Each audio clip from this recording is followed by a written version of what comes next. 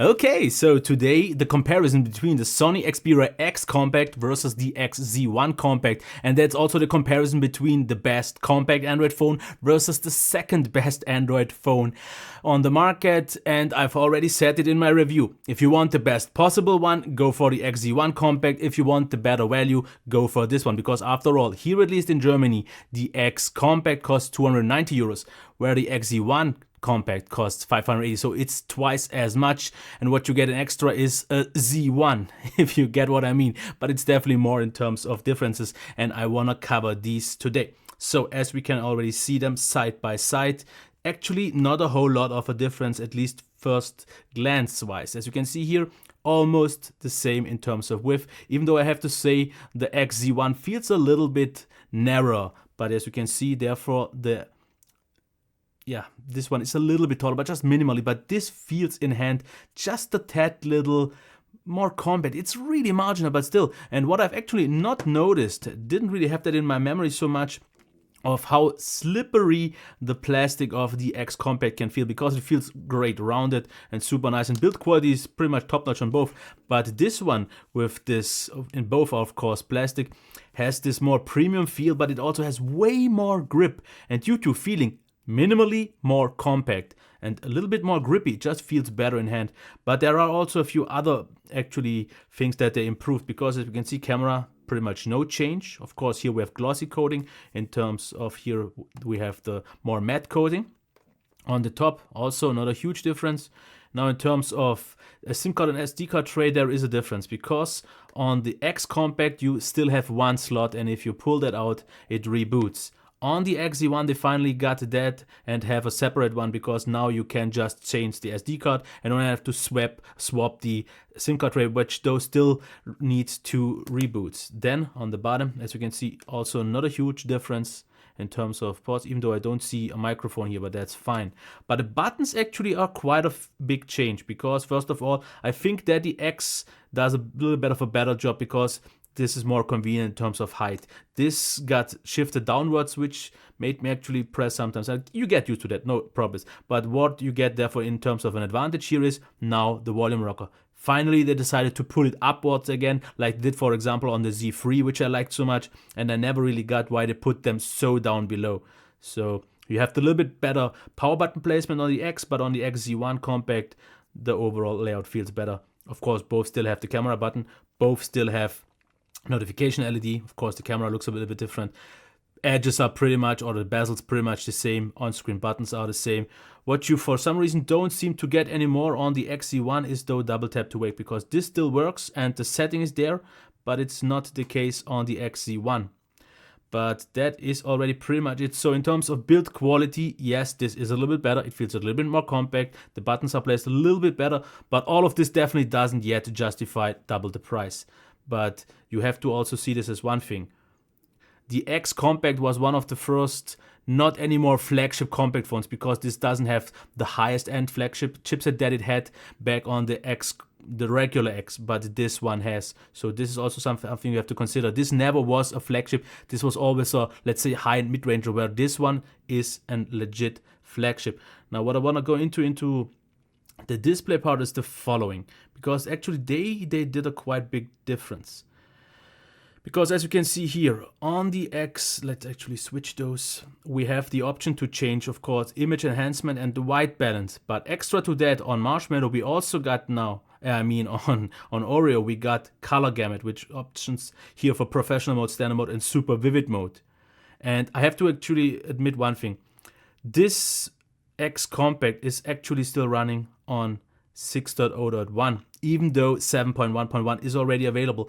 But my excuse for that is the following. I have already revisited the 7.1.1 version and I know all about it, but for some reason this review unit says it is up to date. It doesn't want to update. I tried it, and the only way to get it actually done, because even a reinstallation of the software did not help. I would have to unlock it and flash it, and that's just something I don't want to do on a review unit. But I'm not quite sure if you would get this as well. I don't think so, because what I would have to say is, out of the box, and let's get into that, the colors are actually quite different. The X Compact, super vivid colors, and I think at some point I actually called them kind of like radioactive because they glow very heavily.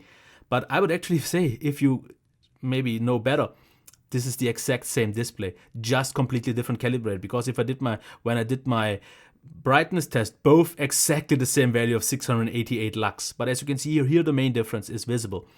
The X Compact out of the box in standard mode, which is the only mode that it has at least for right now, it's way more saturated and more contrasty. But therefore the XZ1 feels more natural. So this is more like an AMOLED calibration, where the one on the XZ1 is way more natural in the standard mode. Of course, you have the professional mode, which, as you can see here now, looks just too bland. I'm not a big fan of sRGB mode, but super vivid mode then, on the other hand, as you can see, saturates way more, but also kind of gets too dark in some areas. And specific colors I just found to be a little bit too dark. As you can see, the red looks a little bit unnatural. And I know this won't translate properly over the cam, but I would definitely stick with standard.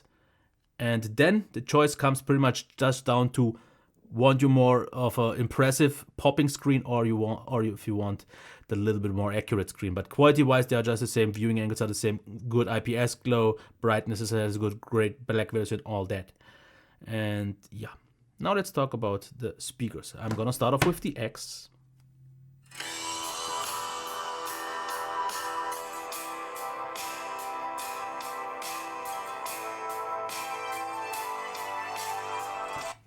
And now get to the X Compact.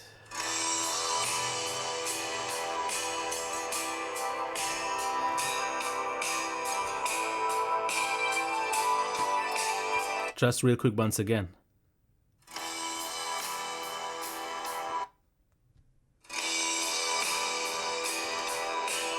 I guess it's obvious, both of course front-facing stereo, but back then on the X I still said that it could need a little bit more volume, which we have now finally on the XZ1 Compact, and it definitely is noticeably better. It also sounds a little bit more clearer, just overall higher quality.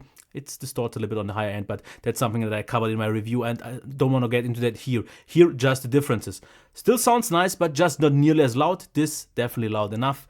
Headphone jack, I can't fully judge, because if my memory doesn't trick me, with Nougat, the X Compact got a lot better. Because if I would compare them the way they are now, both, with this being only on Marshmallow, where this is running Oreo, they sound pretty much the same.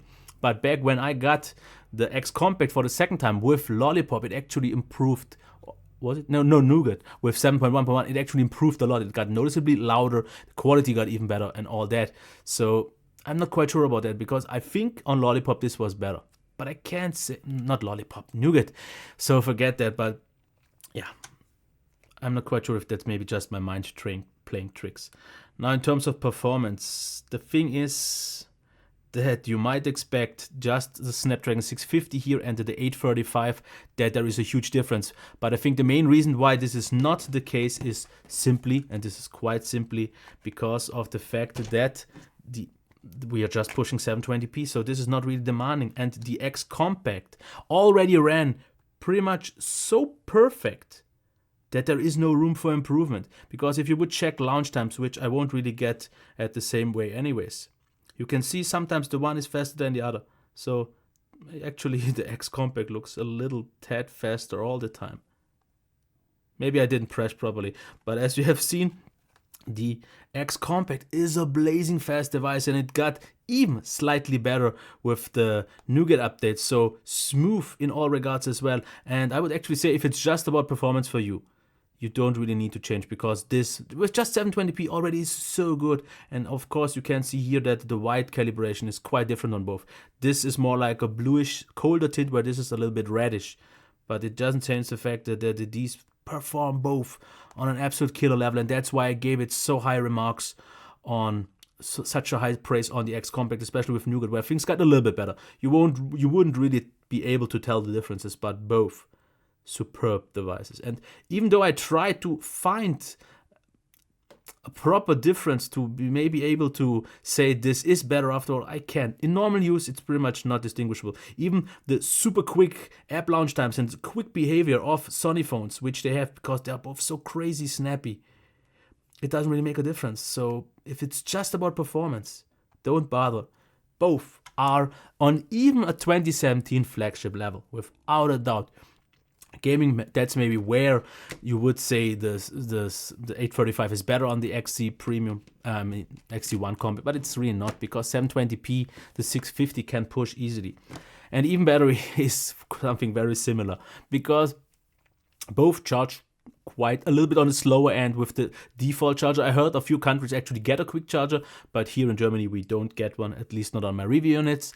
But I wouldn't really bother about that. But the battery life, both at about 6 hours on mobile data. This one, I think like 7 hours maybe on Wi-Fi, but this like 8. So you get a little bit more, especially better efficiency on Wi-Fi. But overall, I think that is definitely not enough to make an issue. Difference. Both great plus for sure, and I love them. Great battery life. Okay, now software. This is actually something that I can show, and even though we are 2 generations behind on my version, 6 and 0 and 8.0, you can see not a whole lot has changed. As you can see, the quick settings look pretty much the same.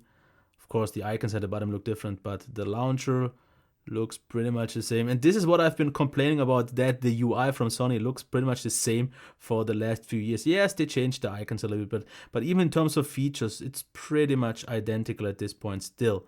We get, and this is where I'm not sure if we got on Nougat also this option, because I know that a few other ones had it, but I don't think the old one had this still. I know that, I think the XA Ultra had it, or the XA Premium had this, of course, but I don't think, and you can correct me if the X Compact had that one. As you can see, software is pretty much the same. You have, of course, already Oreo running on the XZ1, what we don't get, because here we are still at 7.1.1, but I'm pretty sure, because the update policy from Sony is really good, it will get Oreo. Just takes a little time, but even if it doesn't matter, because as you have seen, performance-wise, they are already on par. Battery life is also great on both, and the features didn't really improve. Of course, some minor things have changed due to Oreo, but not enough to make a difference, so I wouldn't really bother about that.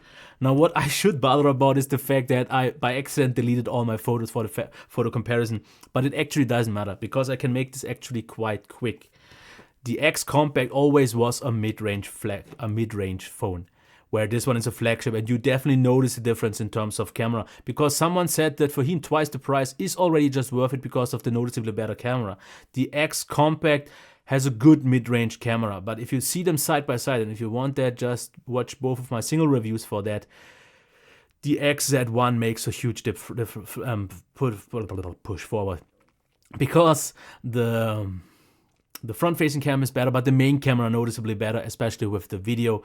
It is noticeably better, and it's maybe not even just one level better. I would say maybe even 2 levels. So to get already to a point, which considers now, which I didn't consider before, the price.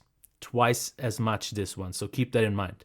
Build quality. Yes, the XZ1 is better. It feels a little bit more compact, it feels a little bit better, but this still feels top. Just a little bit more on the slippery side, but since it's so small, that's not an issue. Display, like I said, a little bit more natural on the XZ1, a little bit more boosted, contrasty, but very pleasant, actually nicer at first glance on the X Compact. And here you could change the settings, but the super vivid mode, in my opinion, is just too dark, so I would stick with the natural but still very pleasing display. The quality on its own is pretty much the same. I actually forgot to talk about the fingerprint readers, also pretty much the same. They unlock quite quick, but not as fast as one on the back or on the front.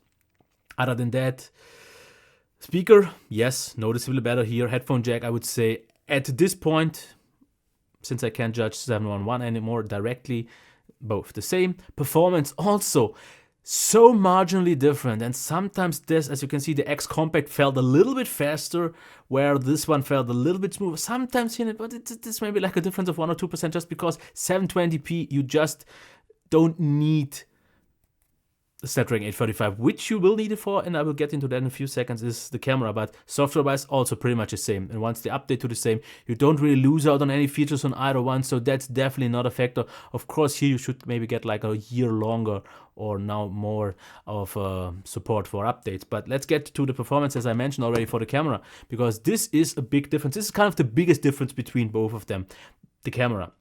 You get the way better camera on the XZ1 compared to the X, even though the software is actually also pretty much the same. Nothing has changed.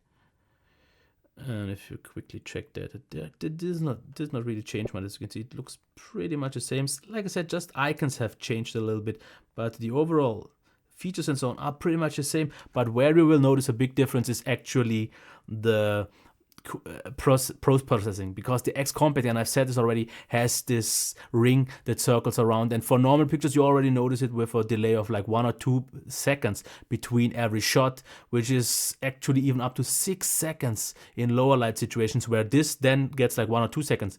But in normal daily light conditions, this has come down to an almost no post-processing noticeable difference, because you see still it's not quite as snappy as a Samsung phone which has pretty much no zero shutter. Like this still does some post-processing more than any other phone, but it's more than noticeable here. And I would say the factor is like 3 times. This is like 3 times slower than this.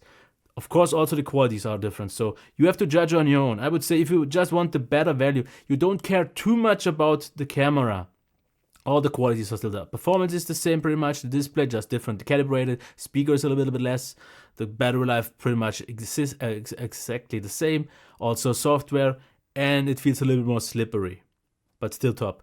This one, if it's just worth the price double for, or twice the price for following, a little bit more premium feel, a little bit more compact, a little bit more natural screen, speaker noticeably better though, performance pretty much not a difference, battery life a little bit better, a little bit more consistent, and also due to the Snapdragon 845 even better on standby drain, software just newer, longer support, and the camera is noticeably better.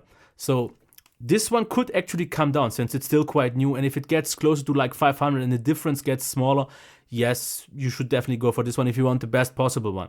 But if you want the second best with not a big difference, you can just go for the X Compact, because the X Compact is a wonderful phone still. And just not having the best camera, since it's just a mid-ranger, doesn't really break the fact that this is a wonderful phone. And I mean, honestly, 280 or something like that in terms of price difference is heavy. I don't think it's worth it. If you want the camera, if it's just that, that's the main part. Otherwise, you don't go wrong with either one, and I think they're both great. If you want some alternatives, go check the Samsung Galaxy A3 2017, which is also a good one. I'm not saying that they're both perfect, but which ones are, so it doesn't really matter. And I'm done. I've said all I wanted to say. Yep. Okay, until next time. Bye.